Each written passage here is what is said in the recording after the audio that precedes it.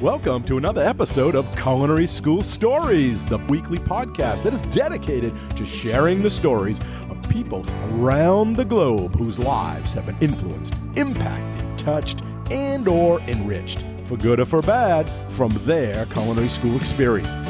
Hi, my name is Colin Roach, and I'm your host. Thanks for joining us today. You are an important part of this show, where we ask the question, what's your culinary school story?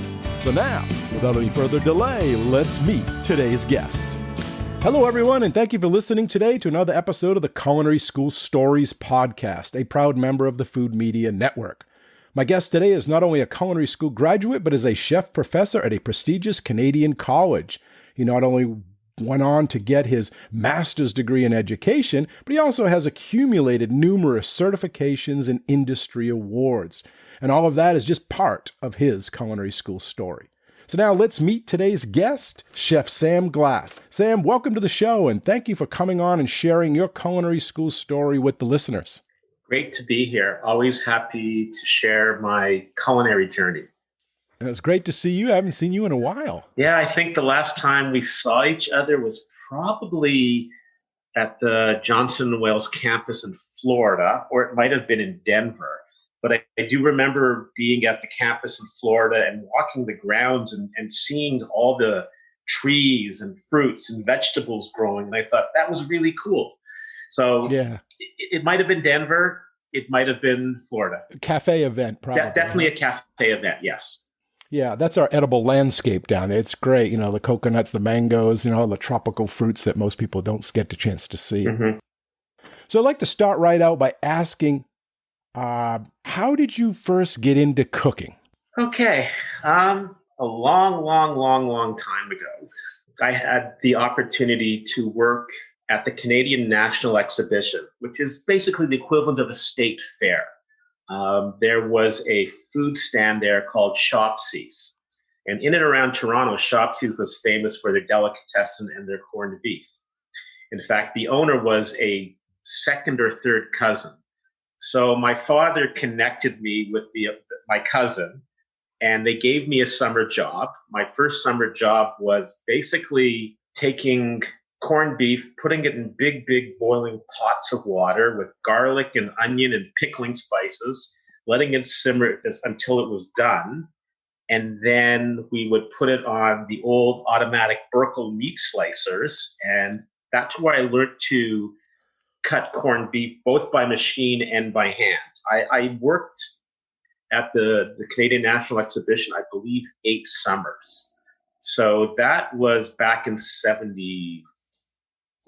So might have been 6 summers, whatever. But that's where I started. And then Shopsies had a delicatessen in downtown Toronto.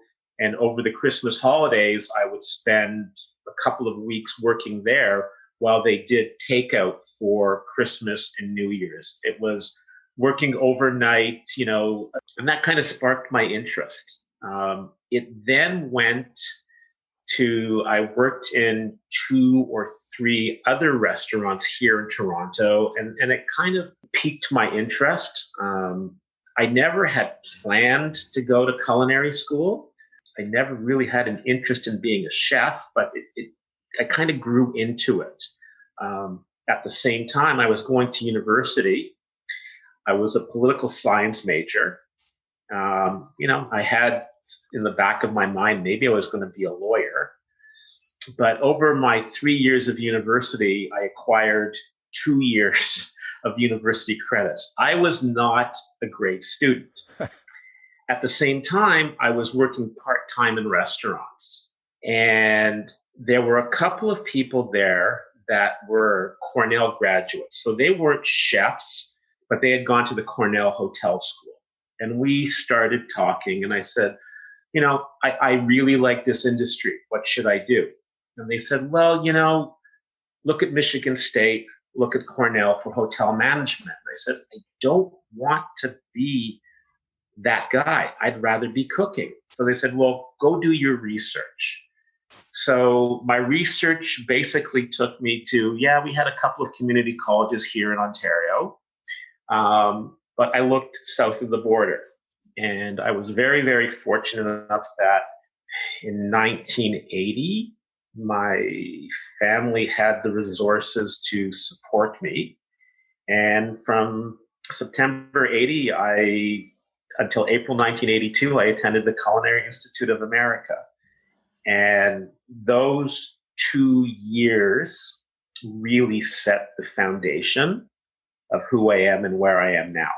So I'm sure that campus has changed a lot since then, but still you were living on the dorms, I'm imagining. Yes. And so what was it like when you first got to campus, when you were arriving, excited, here you go, your career's starting. What was it like? Kind of walk us through that first day. The first day was really an emotional roller coaster.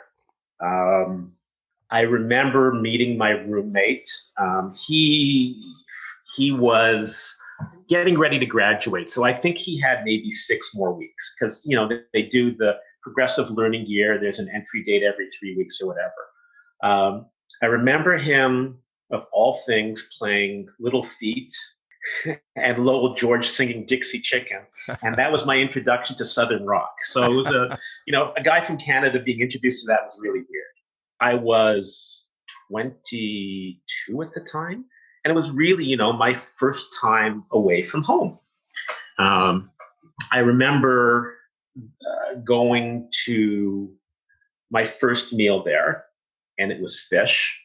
And I'm not a big fish eater. And that night I was homesick. I was a little teary-eyed, a little nauseous. And I said to myself, what am I doing here? I overcame that. And it's funny, I think the next day or 2 days later at lunch, they were serving, of all things, Philadelphia pepper pot soup with tripe. Wow. Never had tripe in my life, never understood it. But what was really interesting is that when the soup arrived in the cup, there was a twist tie in it from a bag of bread. And I turned to my classmates and I said, I'm going to cooking school and this is what's going on. So in the beginning, it was a little bit of homesick, a little bit of trying to figure it out. Because again, back then you had to have experience to enter school. You had to show that you were dedicated to your career. And, for all intents and purposes, I had been a prep cook, ordering on a short order cook. I never had that, dare I say, classical background, whereas others might have had that experience. So I was really, really new to the game. During my 2 years there, if I'm not mistaken, I was one of maybe 10 Canadian students at the school. So again, I considered myself an international student, but I don't consider, being Canadian and American. Right. It's so close to the border there. Meeting new friends, meeting new chefs, learning new things. It really began there for me. There was a lot of, I'm going to say eye-opening experiences. I mean, I remember, I don't know if you remember him, Chef Wayne Almquist. He would teach the first 3 weeks, and we started talking about how do we season the pan. And the way I had seen it done, they put lemon juice in it, they put oil in it, they put herbs in it, and they seasoned it. And it was like, no, that's not what we meant. So it's like open mouth, insert foot. What you were thinking was right was absolutely wrong. So there were some embarrassing moments thinking that I actually knew it. But then slowly I began to realize I don't know it, and I need to know it, and I want to know it. So, that was the beginning of it.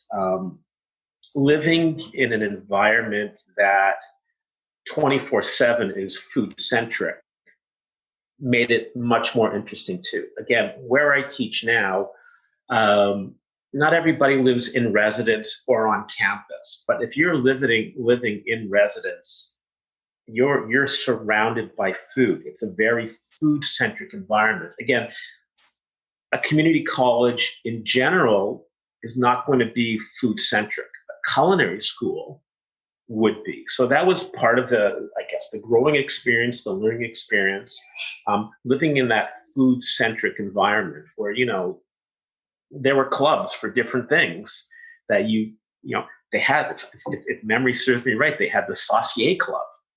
It's like, I'm going to be a member of the Saucier Club and I'm going to learn all about sauces. Wow. So there were always things on the go there for us at the college. I mean, at the CIA. And it was a relatively remote campus up there, Hyde Park, Culinary Institute of America. What did you guys do for when your time off? What did you do on the weekends? Where could you go? What did you do? So if driving, from Hyde Park to New York City, if we wanted to drive in, I think it was, an hour and a half, possibly 2-hour drive. One of my roommates, his grandparents lived in New York. So if we wanted to, go to New York and spend the weekend in New York, we could stay with them. Oh, good. We were across the river from New Paltz. So if we wanted to, experience part of the Woodstock culture back in the day, we could do that. The Hudson Valley is incredible. If we wanted to, we could even drive to the Finger Lakes and go to the wineries. There was always something to do. So we found ways to keep busy, but, there was homework too. We had assignments to do. We had readings to do. Our day would generally start at, I'm going to say 7 in the morning. We would have breakfast prepared by the students. Then we would go to class. And if we were in a cooking class, we cooked for the rest of the school. If we were in a theory class, we were in class, and then we would go have lunch. So if you were in the morning classes, it was breakfast and lunch. If you were in the afternoon classes, they would still serve breakfast-style food in the afternoon for the afternoon pantry classes, and then they would have dinner. So there was always something going on. There was always something to do. It was a busy time, and even if you just wanted some quiet time, you could just find a place to sit and overlook the Hudson River and watch the steamships go up and down the Hudson River. So it was a fun time. There was always something to do. It seems like today's student, a lot of them, a good percentage of them are working. Was that the case when you were there? Did a lot of the students work? Was there opportunities for that? There were, whether within the school or in and around Hyde Park and Poughkeepsie, there were some part-time working opportunities.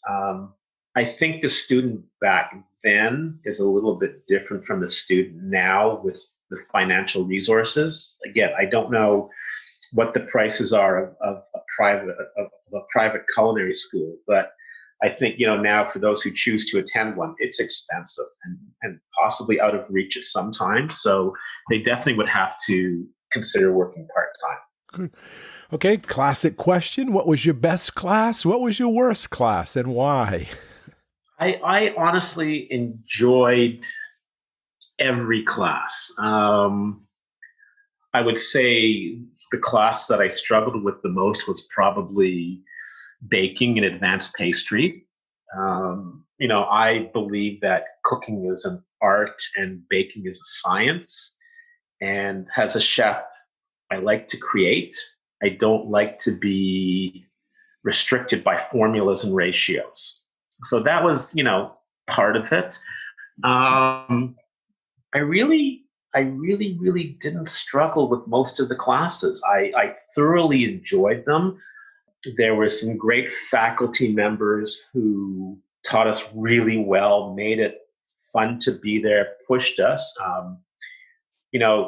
There was one chef Jim Haywood. He passed away recently. I had him for introductory garde-manger. And when I was in the garde-manger class, it was December. Chef Haywood would open the windows up in December to make our kitchen as cold as possible. To say, you're in the cold kitchen. This is what a garde-manger kitchen should be like.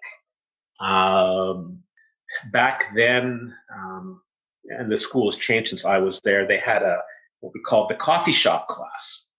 So it was, short order cooking, true American diner / coffee shop.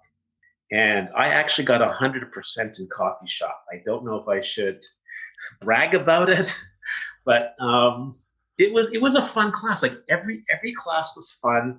Every class you learned something.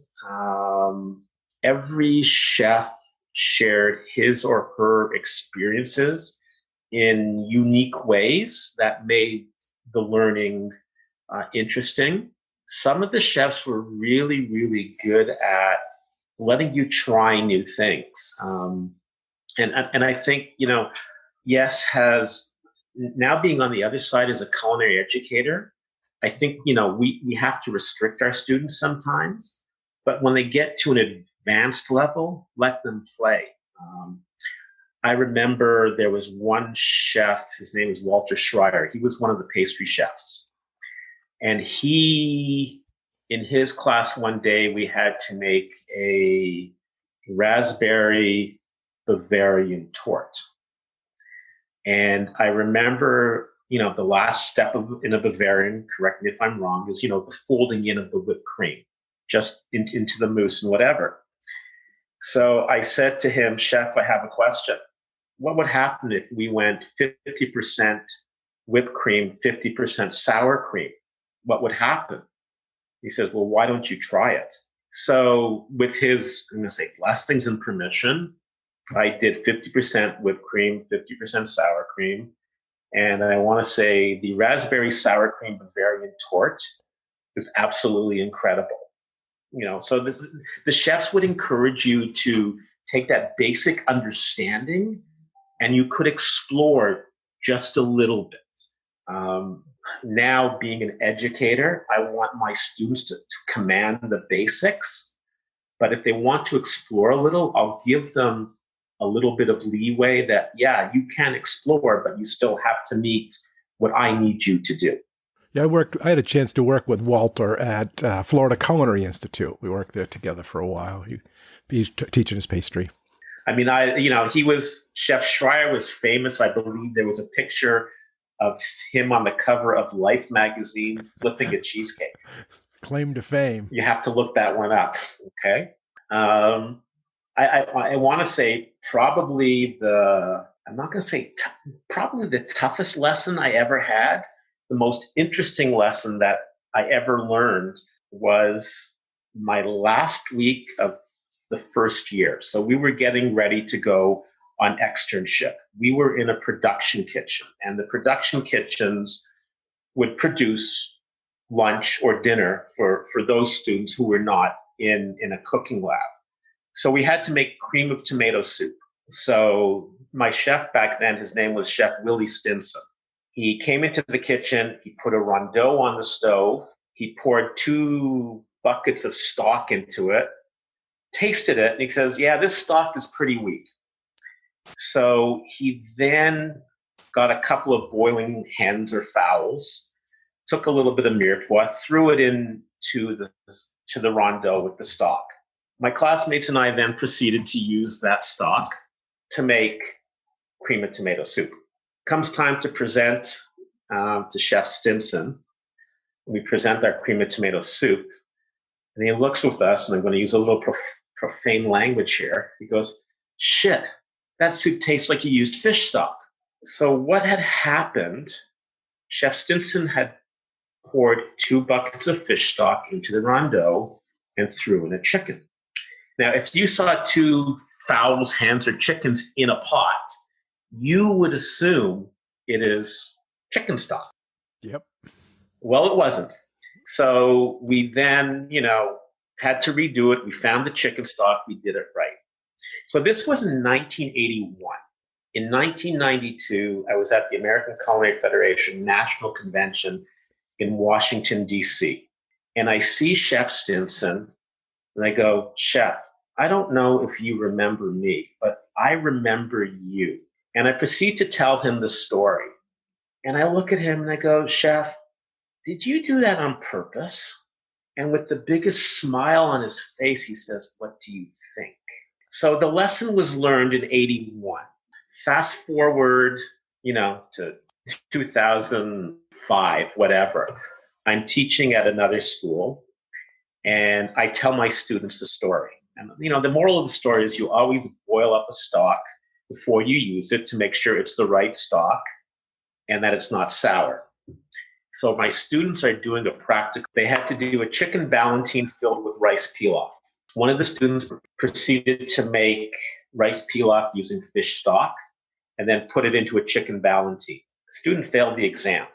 And they had been told, always boil up your stocks, never assume. So if I could say that was probably the greatest lesson I ever learned in cooking school, I still use it now with my students. So again, it's interesting. I think as an educator and as a chef, I'm the product of all my previous chefs. Collapse it into my world and take the best of everything. That's great. Good stories. And it come back all around. You see it again, Next generation's doing the same mistake. Everything old is new again. You mentioned American Culinary Federation. Could you speak to certification a little bit? I know you're certified. I know you're an evaluator and you've did some competitions. Could you speak to that to the listeners and explain maybe why that is something that you would encourage them to get involved with? Sure. So I'm a certified executive chef. I'm a certified culinary educator. I'm also a fellow of the American Academy of Chefs, but that's an honor society. But going back to certification, to me, before I even forget, I also sit as a member of the certification commission for the ACF now. So myself and about another dozen chefs, we get together twice a year to review all the current certifications and whatever is going on with that. I think certification is very, very important. It shows that you've attained a level of competency. It's a goal that can be achievable. It separates you. It's a professional credential. There are arguments that there's no value in it. I see there's value in it that you have a professional accreditation.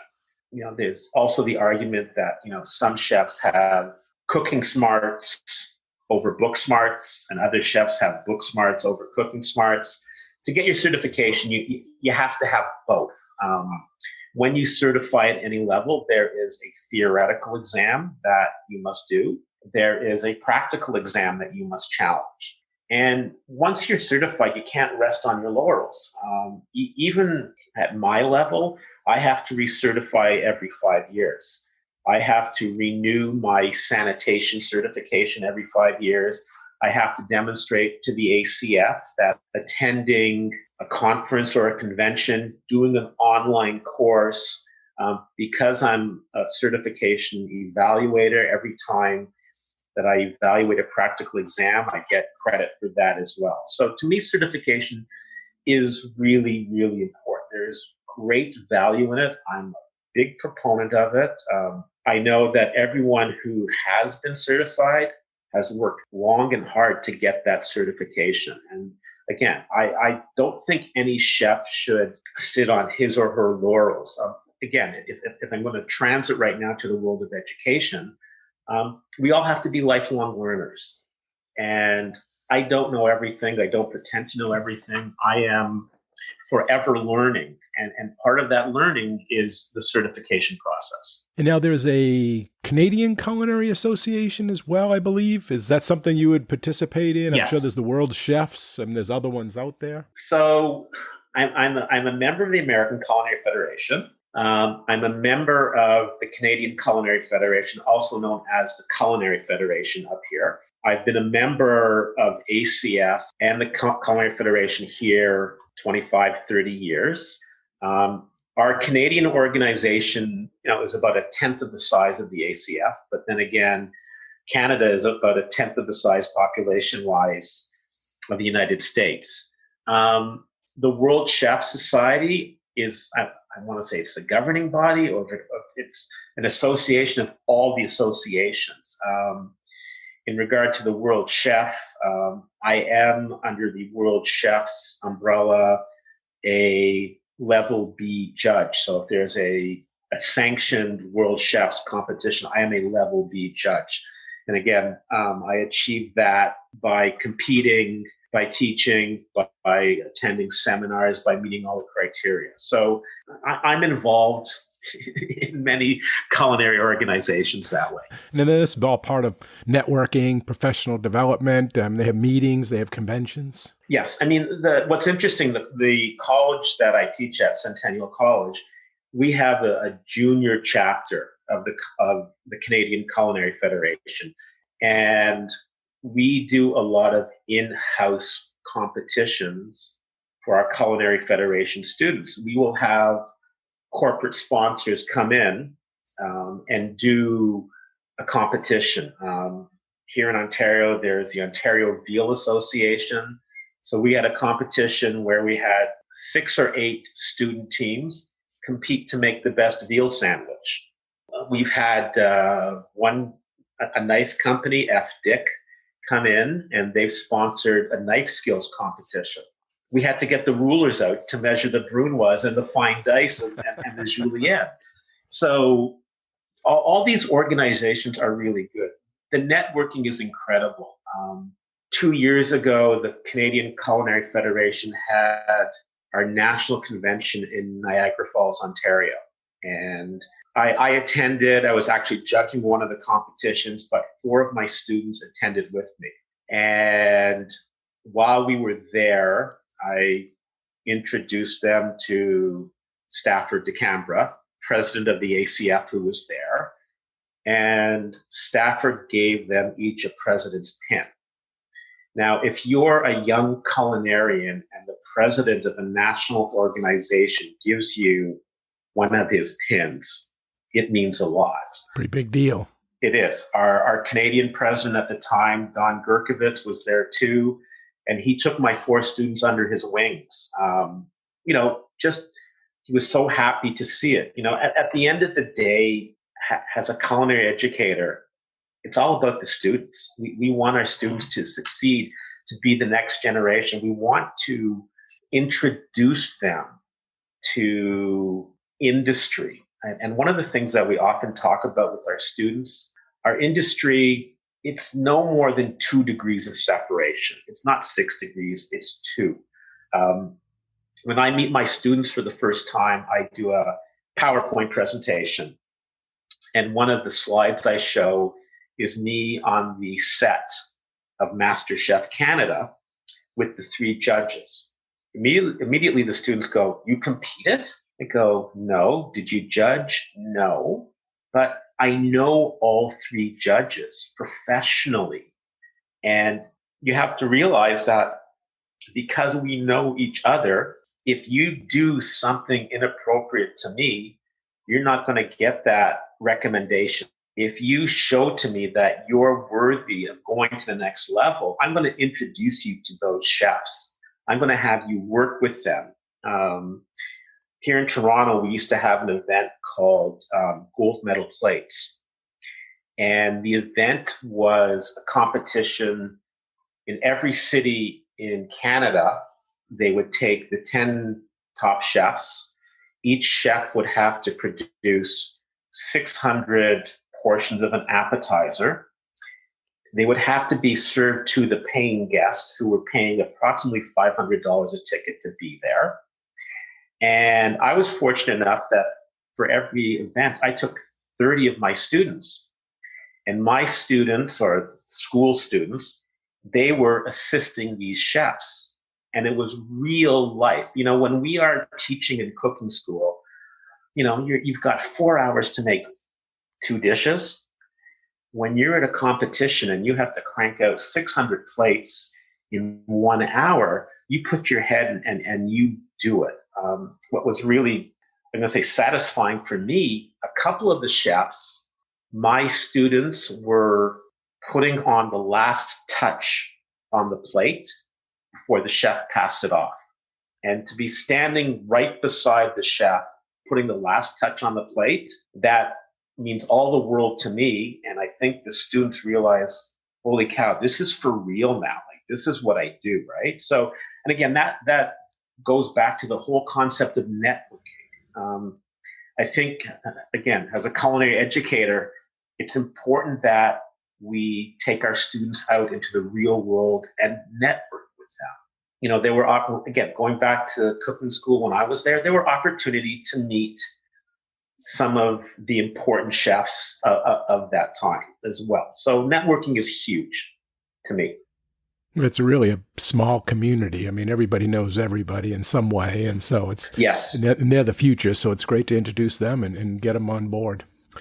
What is one common myth about the profession or culinary school or the industry or the kitchen that you want to debunk? Something maybe you hear a lot, maybe from the students, maybe from someone in industry that they believe, and we have to say, no, that's not quite it. I think there's been a shift in kitchen culture. I joke with my students. When I was in cooking school and early in my career, I graduated from the school of cook until you drop. The kitchen's become a kinder, gentler place. It's, I joke with my students, there's always going to be blood, sweat, and tears. One of you will cut yourself. It gets very hot in the kitchen. And when you peel onions, you're going to cry. Students go now to cooking school based on what they saw on television. The Food Network has definitely created an interest in the culinary world, but what you see on television and what happens in a real kitchen don't always connect. I've seen too many people say, I'm going to be, the next great chef on TV. Yet you don't have those basic skills. You don't have that knowledge, that understanding of what it's like. You haven't experienced it. I remember early in my career, I was doing an event and it was a banquet. It was a fundraiser. And one of the things that we were serving was cream of asparagus soup that was finished with a liaison. And of course, the liaison curdled. 40 years ago, we didn't have immersion blenders that we could kind of save it. So I remember myself and the 3 sous chefs holding 4 corners of the world's largest piece of cheesecloth and trying to pass this soup through the cheesecloth to remove the scrambled eggs. That wouldn't happen right now. If I'm going to editorialize right now, I think sometimes we've lost touch with what cooking is all about. You can teach a 12-year-old how to insert a thermometer into a pork loin, put it into a combi oven, touch all the dials and set it to cook, and it'll work. But what happens if the technology fails you? I mean, we're a little bit maybe too technology dependent. One of the things that, I show my students, I ask them, I say, so if we put the probe in and there's a power failure, how do you know if it's done? I don't know. Mm-hmm. We put a thermometer in. Well, what happens if you don't have a thermometer? What do? I don't know. The way that I was taught, and I think, Chef, you were taught this too, take a meat skewer, put it in, put it to your lip. Cold is rare, hot is well done, warm is medium. So we've kind of lost that. Again, technology is forever evolving. The whole notion of immersion circulators and sous vide is wonderful. It's great. But that being said, personally, I will choose a braise and a stew over just about anything because you have to be in control of it. Again, the whole notion of an 18-hour sous vide duck leg to make confit. No, let's go the old way. Maybe I'm showing my age, but we do have to acknowledge that technology is there. It's just a question of, I think we need to teach them to walk before they run. So now with some perspective, thinking back, was culinary school worth it for you? Would you do it all again? I mean, thinking of the money, the time, was it good? Would you change anything? I would do it all over again, 100%. Even, now that I know what I know, I probably would have done even better. But it gave me that foundation. I'm not going to devalue anything. If somebody chooses a pure apprenticeship route and never goes into school, by all means, do it. The nature of the game, though, if you want to be that chef manager, that chef owner, you're going to have to learn the management skills, the management theory. You're going to have to learn a lot of things. School can provide that with you. Not being in school can also provide it. But I think you need that educational background, but you also have to realize, I think, that sometimes school can be a little bit over nurturing. You're in a very safe environment if you're in a teaching kitchen and there's 24 students and you've got all the room in the world to do 2 dishes. It's very different, if you're in a small, tight kitchen and you're the prep cook or you're on the line. You're going to learn that way too, but you might not understand the theory of it. You know why it works, but you don't understand why it works. So I'm a big proponent of school, not because I teach in one, but I think, there's still value in it. And again, you and I both see there's always these online debates, articles, school yes, school no. I'm on the school yes side. Mm-hmm. So tell us where you're working now. You're an instructor, and how long you've been there, and what kind of programs you have. And tell us a little bit about what you do and the students that you have. Where do they go when they graduate? Okay. So I teach at Centennial College's School of Hospitality, Tourism, and Culinary Arts in Toronto. Our culinary and baking programs are less than 10 years old. Prior to then, we were just a hospitality school. And within our hospitality program, we had a student-run restaurant where our students were given the opportunity, to spend 7 classes as front of the house and 7 classes as back of the house, learning the culinary basics. As a hospitality student, you need to be able to communicate in a professional language. If you're a front of the house manager and you need to help out in the back of the kitchen and the chef says to you, okay, I need you to cut me 10 pounds of mirepoix. The only question you should say is it mirepoix for chicken stock or brown stock or fish stock? But then the chef looks at you and says, okay, so you understand what mirepoix is. So we were originally a hospitality school. We then expanded into baking and culinary.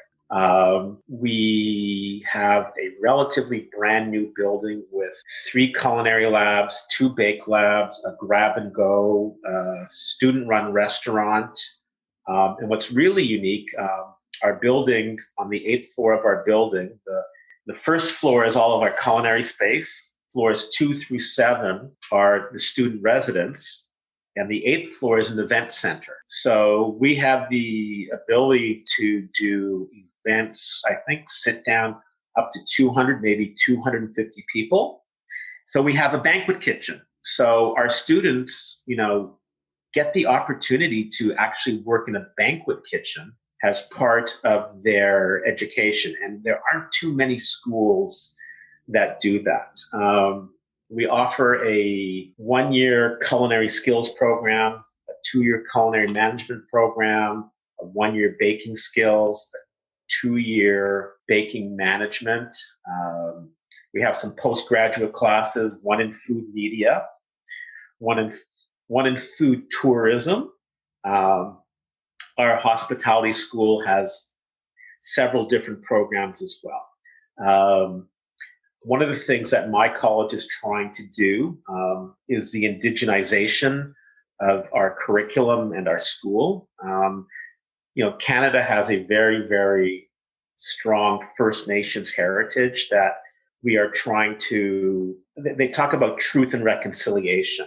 And again, if we're looking to south of the border, it's the equivalent of acknowledging that slavery was wrong and we need to do the right thing. So we're indigenizing our curriculum. So what we're trying to do is meet the outcomes of cooking, but by using indigenous ingredients. And, so if I were to talk about one Canadian indigenous ingredient, it's wild rice. So that's, a truly, yes, I know it grows in Wisconsin and Minnesota, but we call it a Canadian thing. But so we're trying to integrate that. So if you integrate that, if you were to take trout or salmon and cedar planket, that's, part of it. I am by no means an expert on indigenization, but, we're trying to acknowledge our First Nations heritage. Great idea. And integrate that into our curriculum. We have also at the school, 2 years ago, we planted a vegetable garden in front of our building. So kind of similar to Florida, but a little bit different. And what's really nice with the vegetable garden is our students will say, "Excuse me, chef, I need to go to the garden. I want to cut some garnish for my plate presentation." And that to me is a win. We use the garden as a teaching tool. I remember 2 years ago, we were discussing béarnaise sauce, and most of my students had never seen or heard of tarragon. So I said, okay, we're going outside. It was a 2-minute walk. We had tarragon growing. And I said, rub it between your fingers, smell it, touch it, taste it. That to me is real learning when you're able to do that. Yeah. We've been able to, with the garden, pickle our peppers. One of the chefs last year, we were teaching our students how to make Caesar salad. He took the students out, they cut up kale, and within 15 minutes, they had a romaine and kale Caesar. Same learning outcome, but introduction to a different item. And did I see online that you have bees as well, hives? We have an apiary that was put in 2 years ago. We haven't integrated it as much as we'd like to into the curriculum. We've definitely used the honey within the school, but we have to be careful that we want to make sure that nobody has a bee allergy. Right. But the honey is an interesting story. What's really cool, if you want to talk about the circle of life, we put our apiary within 10 yards away. We have 6 crabapple trees. In the spring, the bees pollinate and feed off the crabapple trees. By the fall, the crabapple trees are picked. And for the past 2 years, we've made crabapple jam and crabapple jelly with the students. If you want to talk about zero carbon footprint, there it is. Local and sustainable, practice what you teach. We've had the opportunity to do that. And I think that's really important. I mean, I'm fortunate that, our college supports these projects, and it's really, a great learning tool. Is there a website that the listeners could go to see pictures or find out about the school? Or www.centennialcollege.ca. Okay. And then look for School of Hospitality, Tourism, and Culinary Arts. Okay. I'll put that in the show notes too, so they could find it. Okay. The other unique thing we built an outdoor oven for baking bread. Wow. So again, part of the indigenization process is that. We also mill our own flour now. So we buy whole grains. We actually have a grain mill in one of our baking labs. Cool. And one of my colleagues last year, he basically ground whole wheat flour and then proceeded to make whole wheat pretzels, all within 4 hours in one of his labs. So again, what we're trying to do as a school is show our students the whole process. I'm hoping at some point we can get to whole animal butchery. We're not quite there yet, but at least our students can see how flour is milled. At least our students can see how vegetables grow and where they come from. At least our students can understand where honey comes from. And, the bees is also supporting the worldwide initiative of saving the bees. I mean, the honey is a byproduct. It's more important that we save the bees, but it becomes an educational tool because if you're teaching baking, you need to know about honey. Yeah, that's so cool what you guys are doing. So we're all over the board. Yeah, that's really good. Let me ask you, though, what do you think is the future of culinary education? What I see is a couple of things. I think we need to be more aware of where our food comes from, more respectful of our food. We're very fortunate here in North America that we have an abundance of food. And sometimes we take it for granted. One of the things that I believe in, I think at some point every chef should take down an animal just once in his or her career, because you have to understand that you're taking a life. You can't take it for granted. Yes, I've cut the head off a fish, I've cut a lobster in half, but I've never taken down a warm-blooded animal. think at some point we all should. I think, the words local, sustainable, field to fork, farm to fork, whatever, are going to become much more important. The big word is sustainability as well. I mean, we have limited resources and we need to make sure that the resources are there for the next generation. It's almost like we have to take a holistic approach. There's more to being a chef than just cooking. There's a big picture. Where does your food come from? Is it sustainable? Am I using everything that I can use? James Beard Foundation has some incredible things online now when it comes to sustainability practices. Watching what Dan Barber does, I think, is very, very important. There has to be that awareness of what we're doing is important, but we have to realize it's more than just cooking.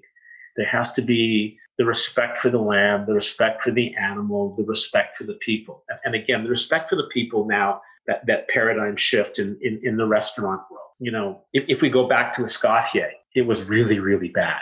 In a lot of ways, in a lot of kitchens right now, it's not all that much better.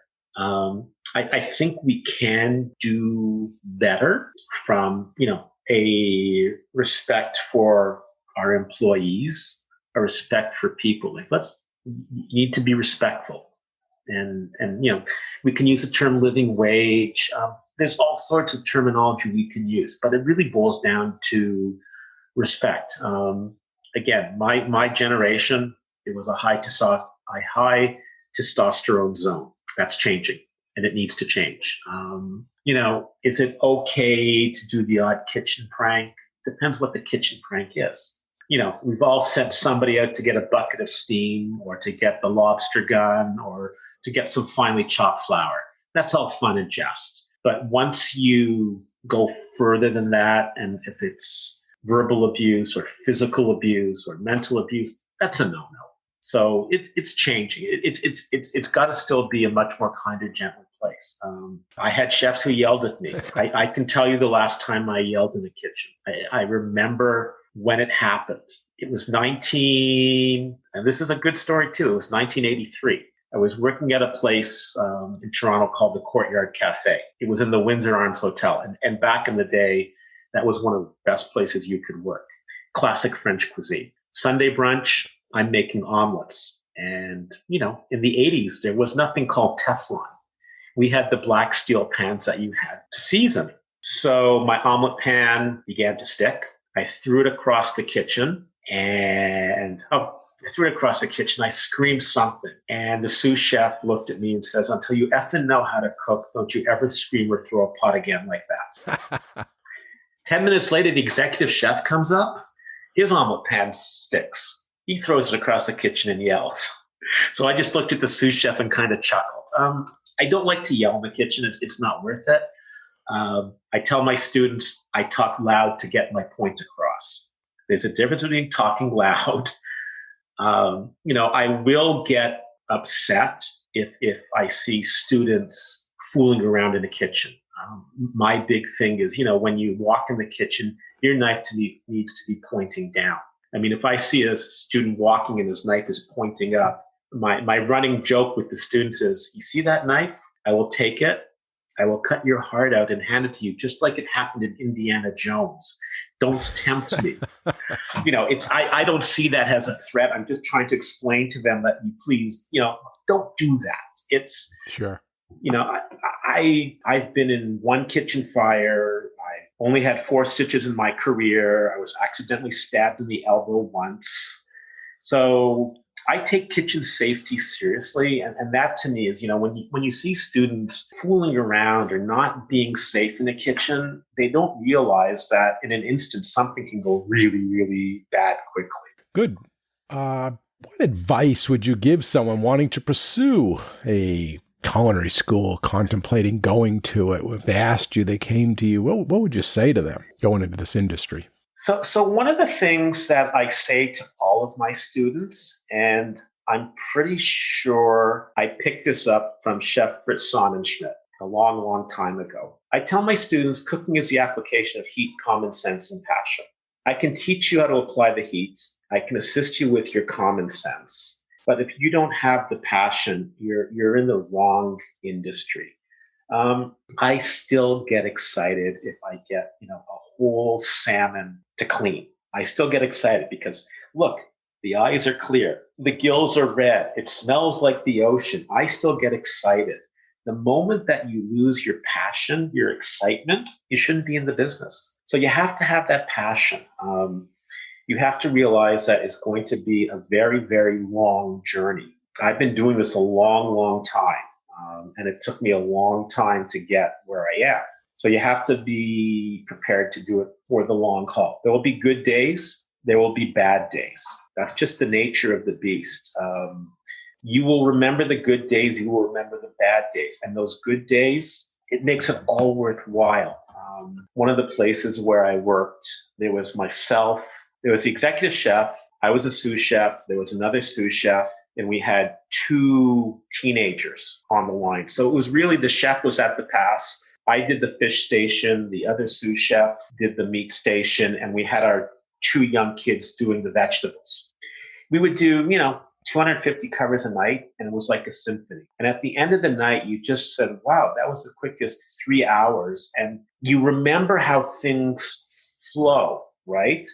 And you go, that's really good. That was really, really fun. When you have a customer send back, beers for the kitchen, some people still do that. Yeah. We all like praise. You're going to have bad days when you burn things, where you cut yourself. The good should always outweigh the bad. It's an incredible journey. And if you're young and starting on the profession, you never know where it's going to take you. I've been really, really lucky. I've cooked in Canada, the United States, France, and Israel. I've taught in Canada. I've taught for a couple of weeks in China. I've taught for a couple of weeks in India. My other passion, I used to volunteer for the American Navy and go out on ships and train American Navy cooks. I only got to do that because I'm a chef. I didn't do it because I'm Sam. I got to do it because I'm a chef. And it's an incredible journey. You make lifelong friendships. It's just so much fun. I mean, I've been very, very fortunate.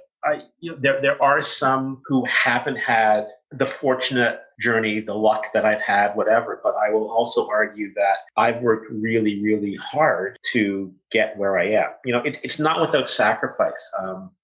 I was chef at a country club for 4 years, and my summers were 6 days a week, 16 hours a day. My children were very young then. I hardly got to see them most of the summer. That was a sacrifice. Do I regret it? Yes and no, but it got me to where I am now. So it's not, if someone's starting out, by no means is it an easy road. It's going to take time. It's going to take dedication. It's going to take passion. It's going to take education. It's going to take networking. The one thing that I always caution my students about is stay away from the world of substance abuse in the kitchen. I've seen people hurt themselves because they were under the influence of something. And again, if you look at our industry, that's one of the biggest demons that we need to avoid. There's nothing wrong with the odd beer after service. I'm all for that. But during service, no way. So it's a whole bunch of different things that, you need to consider. If you don't love it, don't do it. If you're not excited about it, don't do it. It's one of those professions that you have to use your brain and you have to use your body. Certain professions, there's no physicality to it. Our profession, there's a lot of physicality to it. We've all been in very, very, very, very hot kitchens where you just have to keep on staying hydrated. And, I remember one of the places where I worked every morning, 16-liter pail of iced tea. And we would just, make a big pot of iced tea, and we knew that there would always be a nice, cold, refreshing drink for us. That's just the way it is. Mm-hmm. Freezing the towels, putting them around your neck. Oh, yeah. All sorts of tricks of the trade. Is there a question I should have asked? Is there anything that I should have asked but didn't? I don't think so. The one thing I'll say, and I think you can relate to this too, for those considering to becoming a culinary educator. For most culinary educators, it's our second career. I don't think anybody goes to cooking school to become a culinary educator. We go to school to become cooks and chefs first, and then we become educators. And the beauty of being an educator is you get to shape the future.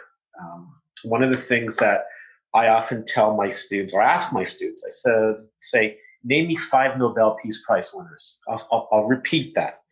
Name me 5 people who have won the Nobel Peace Prize. They can't.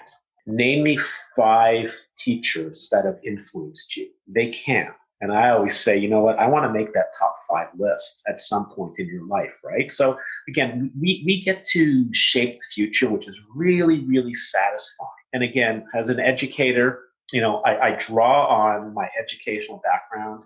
As a chef, I draw on everyone that I've worked with or who's taught me. And you only want to take the best practices. You know what's bad, but you never want to integrate. You just want to integrate the best practices. Another thing that I think anyone entering a culinary school needs to be aware of. Culinary school will teach you skills and knowledge.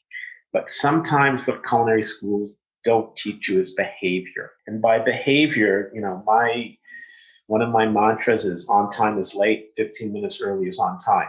So, and I say that to my students when they graduate and they show up late on day 1 of their job. There's 25 other school graduates waiting for that job. So you need to teach the behavior. The behavior is punctuality. Maybe I'm being a little bit patriarchal here, but yes, chef, no chef is still very important. I'm not Sam. I'm Chef Glass to you. We're not on a first name basis. Outside of work, it's a different thing. The respect for the uniform, is important. And again, I know there's been a shift. I'm of the generation who still likes that crisp white jacket, that long white apron, the tall hat.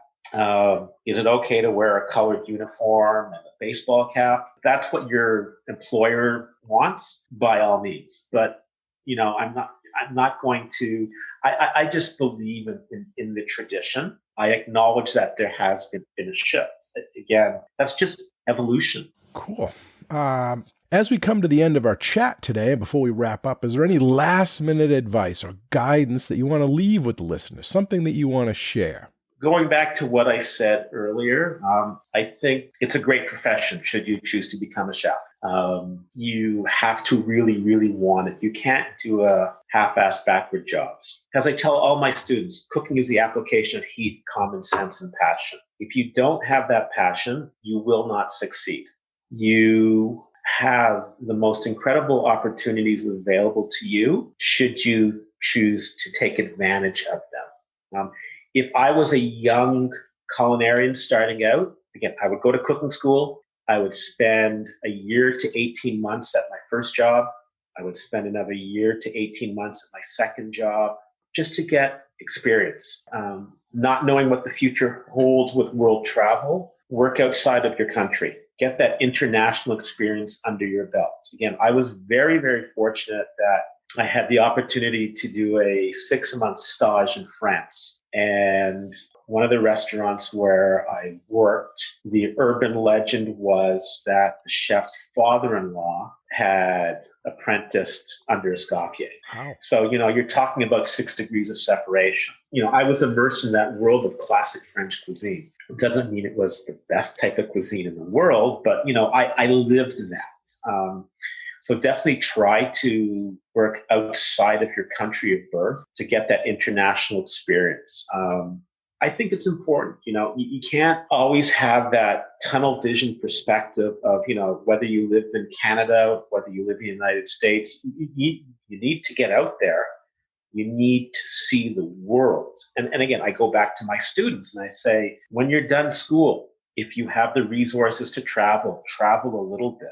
Somebody once said the introduction to any culture is food. So, if you can travel, like I had the opportunity to go to China 3 times. and I'll be honest, once you've had, I hope I'm being politically correct here. Once you've had Chinese food in China, you'll never want to have Chinese food here in North America because you're really comparing it. Are there some good Chinese restaurants here in North America? 100%. But the true, authentic Chinese cuisine, once you've experienced it, you've been spoiled. Going back to my experience in France, I worked at a 2-star Michelin. While I was there, I ate in 7 3-stars. Wow. Including Bocuse. So, that's another way of learning. Like, again, advice for a young culinary student, try different types of food. And that's another thing, I'm going to say. One of the things I find with culinary students, sometimes they won't eat it because they don't like it. And, I will never tell somebody to go against their religious beliefs because, you can't eat pork, you can't eat beef, whatever. But if a student refuses broccoli, I say to the student, can you show me where in your religion broccoli is forbidden? You need to try it. Just even a little bit of a bite, right? There are things that I don't like oysters. I've had them twice in my life. I know how to open an oyster. I know what it tastes like, but will I order it? No. So you need to have, as a culinary student, you need to try new things to get out of that rut, to experiment, because at some point you're going to have to cook it and you need to know what it tastes like. So that's, another, if we go back to the advice for culinary students, try. Well, that is just about all the time we have for this episode, and I want to first thank you, Chef Sam Glass, for coming on the show today and sharing your culinary school story with all of us. Really appreciate your time and the insight you gave to the listeners and your honesty. Thank you very much for having me. Oh, it was a pleasure, and I'll talk to you soon, okay? Thanks. For sure. Take care. Bye now. And a big thanks and appreciation also goes out to all of you, the listeners. We hope you enjoy the show and this episode. You all are a big part of this show, so please let us know what you think. Your comments are always welcome, and they help us in making the best show possible. You can email them to culinaryschoolstories@gmail.com. That's culinaryschoolstories@gmail.com, or even leave us a voicemail at area code 207-835-1275. That's area code 207-835-1275. And if you like the show, we have a big ask of all of you, and that is to share the podcast with everyone you know and to give us a positive rating and review on Apple Podcasts. Okay, until our next Culinary School Story, take care and be well. Bye-bye. Culinary School Stories is a proud member of the Food Media Network.